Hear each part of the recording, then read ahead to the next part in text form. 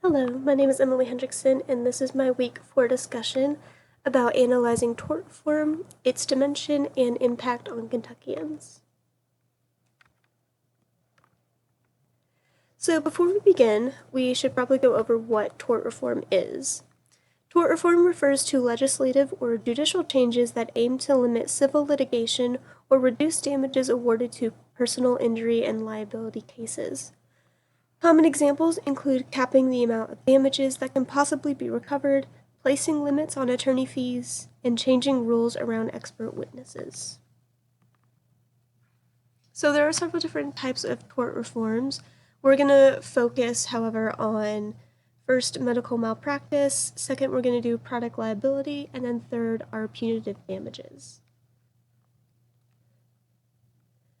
So, medical malpractice is a legal term that describes professional negligence by a healthcare provider that results in harm to a patient.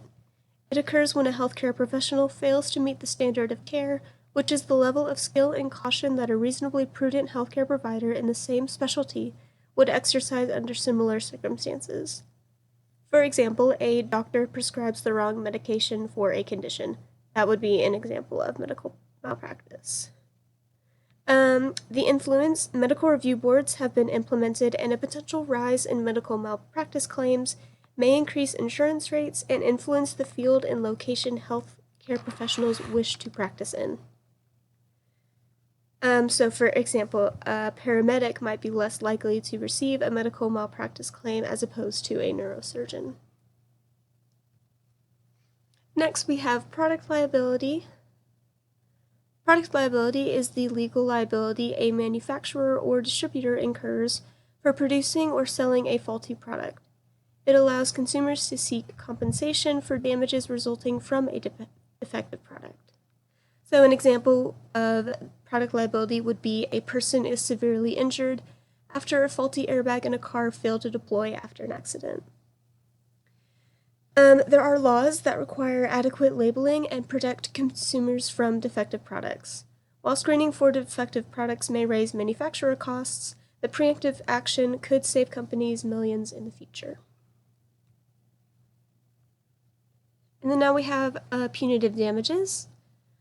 Punitive damages are monetary awards in civil lawsuits intended to punish a defendant for malicious, fraudulent, or especially reckless conduct and to deter similar behavior in the future. They are awarded in addition to any compensatory damages that cover the plaintiff's actual losses and are only given when a defendant's actions are considered especially harmful or egregious, and they're not meant for simple negligence.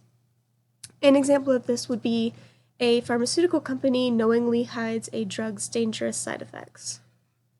The influence, punitive damages emphasize the need for more stringent risk management from companies and other businesses. The judicial system must weigh each legal situation and determine whether the facts constitute regular compensatory damages or further punitive damages. So let's go over some opponents of tort reform. First, we have consumers, and then patients and trial lawyers. For consumers, this is regarding product liability. Consumers are the primary opponents because they are the ones affected by defective products. Setting limits on monetary compensation consumers can receive reduces the chance of them filing suit, which can lead to businesses and corporations taking shortcuts and mis-screening products. And then we move on to patients and medical malpractice. Patients are the ones directly affected by medical malpractice. According to O'Connor, there are 4 aspects that must be apparent during a malpractice claim. First, the applicable standard of care creating the physician's duty to the plaintiff. Second, the defendant's breach of that standard of care. 3 is the legal causation between the alleged breach and the plaintiff's injury. And 4 regards the plaintiff's legally compensatory injury. Opponents for tort reform involving medical malpractice claim that increasing restrictions deter patients from filing suit and can de-emphasize the importance for medical professionals upholding a high standard of care. Then we have trial lawyers. Restricting the amount of compensation trial lawyers can receive from winning a suit can lead lawyers to avoid accepting and taking on the responsibility of lengthy and complex cases. So an example of this would be if a trial lawyer doesn't think they're going to get that much out of a case, they're not as likely to accept it. And then this is my reference. Thank you very much.